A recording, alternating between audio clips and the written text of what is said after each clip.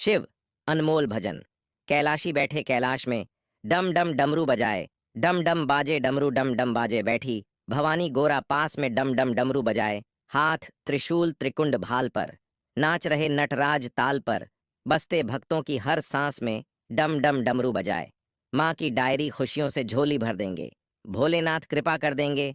हम भी बैठे हैं इसी आस में, डम डम डमरू बजाए।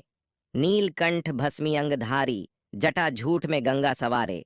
प्रीत है जिनकी हर भक्त में, डम डम डमरू बजाए। सीता जब गर्भवती थीं, तब उन्होंने एक दिन राम से एक बार तपोवन घूमने की इच्छा व्यक्त की, किंतु राम ने वंश को कलंक से बचाने के लिए लक्ष्मण से कहा कि वे सीता को तपोवन में छोड़ आएं।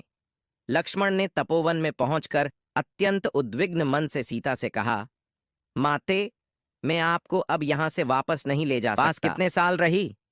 मां सीता ने यहां कुल 11 महीने गुजारे थे।